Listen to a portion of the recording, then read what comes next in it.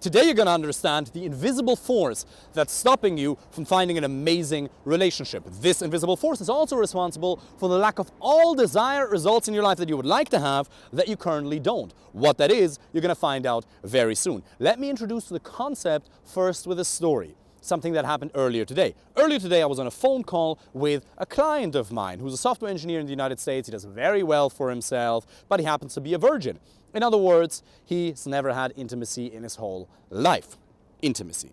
So a couple of days ago, he was on a date with a fairly attractive woman who said, yeah, we can go back to my place. Now, instead of him seizing the moment and going to her place and letting the magic unfold, instead of him taking it in and accepting this gift from the universe, what did he do? He said to her, well, actually, I need to go dance bachata and salsa. We have a social later on tonight that I know I have to attend. And I know for a fact that he goes there 3 times a week. It was not a private class. He didn't make a commitment with anybody that he had to be there. It was just an excuse.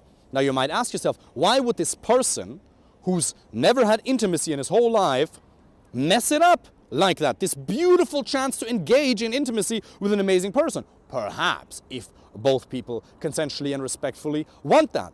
Well, what happened there was he had an attack of resistance. He had an emotional self-sabotage attack. It wasn't that he didn't have a plan, because we've talked about that in detail in the coaching program. He knew exactly what he needed to do, how to move things forward. There was just something within him that wasn't quite ready to accept it, to let it land. And now you might say, well, if I had been in this situation, obviously I would have known what to do. Really though, aren't there situations in your life where you mess it up in a very similar way?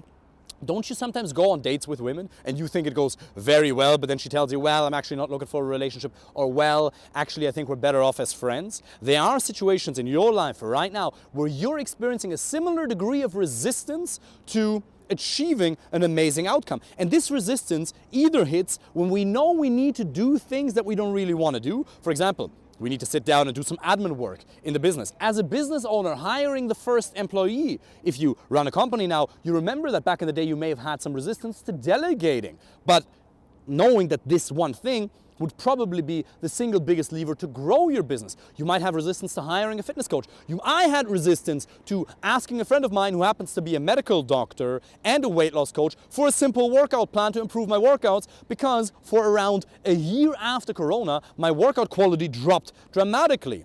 I'm not trying to make excuses, it's obviously my responsibility, but I didn't have a workout plan and I just didn't think of simply asking him. And then he gave me a workout plan, and my workouts, even just in duration, increased from 30 minutes to 60 minutes. And obviously the structure is way more intelligent, blah, blah, all the strategy that goes into it. It would have been so easy for me to simply ask him for help, yet I didn't. There are so many things in your life where you could do a couple of things right, yet you experience emotional resistance, just the way my client was experiencing emotional resistance when this beautiful lady asked him to simply come home with her. Now, what's this resistance going to cost you? What happens if you don't fix this?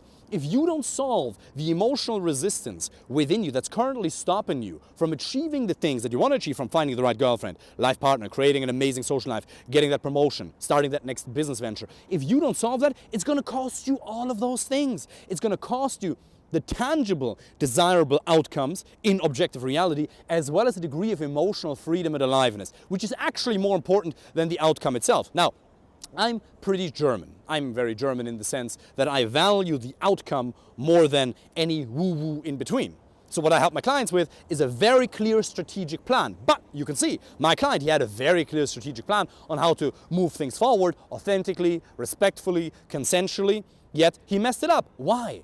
Because there was resistance. Now, how do you overcome resistance like that? There's different ways. One is you simply have to become aware that what's going on in your mind, that these thoughts that are stopping you from getting to the goal, it's just resistance. It's not you. Stephen Pressfield outlines that in his book, The War of Art, I believe. Now, imagine somebody's underground in a mine digging, and he's very close to, so basically he's trying to dig a hole and you can see the wall, and on the other side is a treasure. So we can see that he's very close, but he's about to give up even though he's very close. This is the exact same thing with you. You are really close to having an amazing girlfriend and life partner, even if it doesn't feel like that. Let me prove it to you. Prove it to you.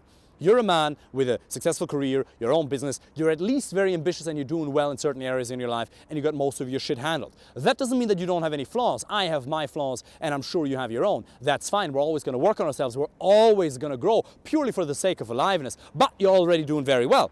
So the product, who you are, is already fantastic. It's just that the marketing sucks. You don't know how to communicate yourself to the right target audience and you have blind spots and you have resistance. So the first step in overcoming that resistance is understanding that that's what's going on. Awareness alone can be curative. Simply disassociating from the thoughts that are running you in that very moment can be the solution.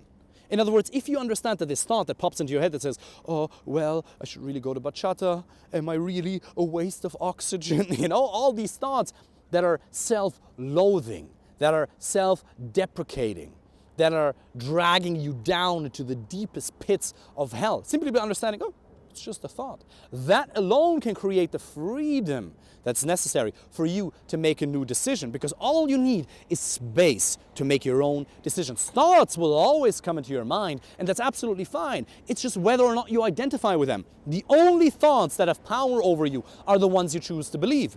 You can't stop the waves, but you can learn to surf. Yes, if there are certain thoughts that are very intense, that are popping up over and over again, almost a little bit OCD-like, then you're gonna ask yourself, what's the need underneath that's not being met? If you have certain thoughts that keep hammering you, then you want to ask yourself, well, what's the need that's not being met? And it's usually certainty, variety, significance, love, growth, contribution.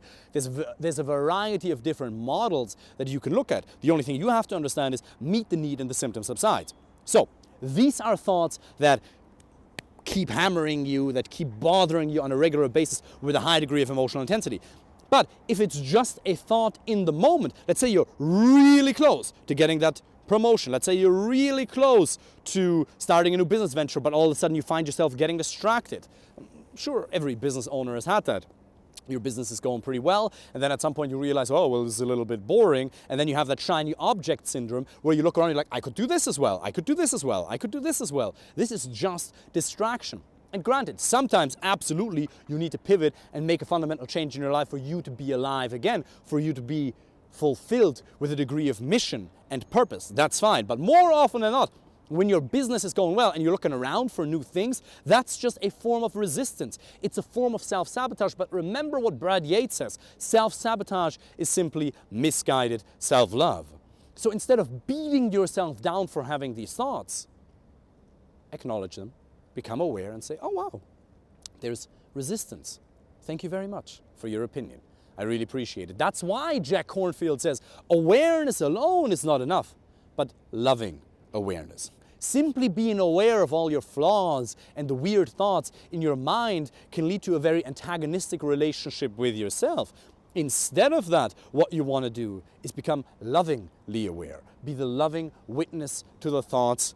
Be grounded. Take your seat right here, right now, in the middle of it, and then make a decision from the heart, not from the head. And obviously you want to engage logic. This is not about just following every little emotional feeling that's trying to guide you down some weird path. Also, obviously you want to engage logic.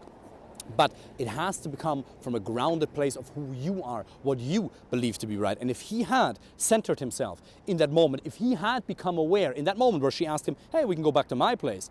Hey, what's the truth right here, right now? Do I really not know what to do? No, I do know what to do. I've been taught what to do. Oh, do I really have to go to bachata and salsa? No, not really. Maybe right now would be a good point in time to simply celebrate existence with this beautiful person and have intimacy for the first time of my life, and maybe even transition this into a relationship or simply have it be a short-term, beautiful, magnificent adventure.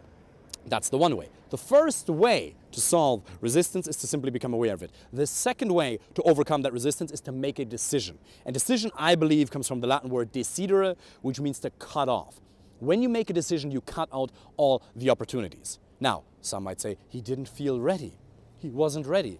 You have to understand that there is a massive difference between feeling ready and being ready. You can absolutely be ready and not feel ready. That might seem a little bit counterintuitive, but let me prove it to you. Haven't you done things in your life where you felt nervous, where you didn't feel ready, but you did it anyway?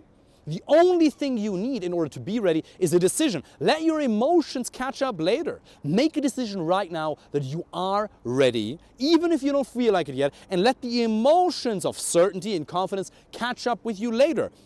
Because simply by taking more constructive action, by taking more strategic action, you create a momentum which then creates a degree of certainty. Not just that momentum, but if you take consistent action, that'll supply you with actual tangible results in objective reality. In other words, women reacting very positively towards you, you going home, moving things forward in an adventurous way, which in turn increases that sensation of confidence. So just because you don't feel ready doesn't mean you're not. Simply make a decision. I am the person who makes things happen. I am the kind of guy who's unstoppable. I am going to make beautiful things happen. I'm going to create loving connections to people. I'm not going to let resistance stop me. So number one, identify the resistance that's going on inside of you. And understand these thoughts that are just thoughts. And sometimes thoughts that are stopping you may be very valid. That's not to say that every critical thought in your mind should be immediately discarded and that you should live in positive thinking woo-woo land. No, it's not about that.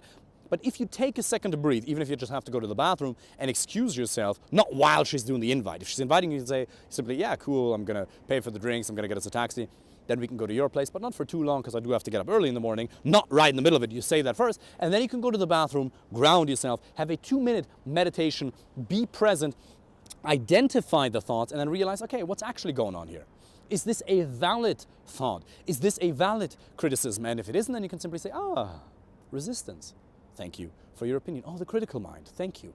And you acknowledge the intention, because if you remember that self-sabotage is simply misguided self-love, you can actually thank the part within you that's trying to protect you from being rejected, disappointment, performance issues, whatever your fears are. It's just fear. Just because you feel fear doesn't mean you shouldn't do it. Just because you feel the fear doesn't mean you shouldn't look the fear in the eye and move right through it. But you can acknowledge the part in a grateful way. You can have a loving and protagonistic relationship to the part in you that's creating the resistance because he's not against you. A lot of people in personal development say you have this voice inside of you that's trying to mess you up. No, the intention is positive. I'd highly encourage you to assume positive intent if you notice that there's resistance, because getting into a fight, resisting resistance, is just going to create more resistance. As Eckhart Tolle says, resisting what is creates suffering, and it usually just solidifies the resistance or the thoughts that you're trying to get rid of. Instead, simply accept them. That doesn't mean that you need to think your way into them. I'm going to make a video about meditation some other day, but you're grounded, you focus on the breath, you let the thoughts come, you acknowledge them, and you return back to the breath. If the thoughts are so strong that they come with such emotional power that you're not able to focus on your breath anymore, that it's really overwhelming, oh, I need to go to bachata, I can't hire an employee, I can't do this, I can't do that, then you sit and you bow to the emotion. Not outright physically, you can simply do that in your own mind. Imagine the emotions like a wave, and you can bow and you can say, huge anger, huge fear, huge frustration. I see you. And you bow. And you surrender to the emotion. Surrender does not mean giving up, but you give yourself to it in that moment because it's already there. And the number one reason why you experience negative thoughts for a prolonged period of time, or negative emotions for a prolonged period of time, other than this whole subject of physiology, is that you're resisting it. If you simply accept the presence of the resistance, it subsides, it has a half-life. No matter how strong the emotion is, at some point it will fade if you accept it, if you don't resist it. Now, accepting it does not mean believing it. It does not mean associating with the thought. It does not mean identifying with the thought. You still stay grounded as the one who knows, as this loving and witnessing consciousness. But you acknowledge it, you accept it, and then you make a decision from a grounded place. If he had done that, then he would have been able to have an amazing night for himself. No problem, since he's in the program, we're going to fix it with him. I had a 45-minute call, and he's on an amazing track, and he's going to meet her again tomorrow, so probably some exciting things are going to occur. So, takeaways for you. Understand that resistance is stopping you from achieving what you want. Simply identify it, appreciate the part in you that's creating that self-sabotage because it's simply misguided self-love. and then make a decision to cut that out. Say, I am. I am the type of man who takes action. I am the kind of man who makes things happen. And I will not settle for anything less than I deserve. I will not settle for anything than what makes me feel alive. Yes, we can all make mistakes. That's fine. We're going to fail in the micro. But in the macro, I will win 100%. If you want me to help you with that personally, to find an amazing girlfriend or life partner, if you want me to help you personally resolve these mindset issues, if you want me to help you personally resolve that resistance so you can have an amazing girlfriend, life partner that you can share life with, have a family with, travel the world with, and simply apply for a free initial consultation call. During that call, we'll take a look at your individual situation. We'll see what's the resistance in your own life. What is it that you need help with? Do you need to get more dates? Do you need to keep women interested in you? Are you maybe already in a relationship and you're trying to save it? Whatever is going on, simply apply for a free initial consultation call. I've now been able to do this with men from 27 different countries all around the world. And yeah, check out the website, the testimonials. This is something that I genuinely have a passion for. We are the best in the world at this. So let me help you with this. I wish you all the best.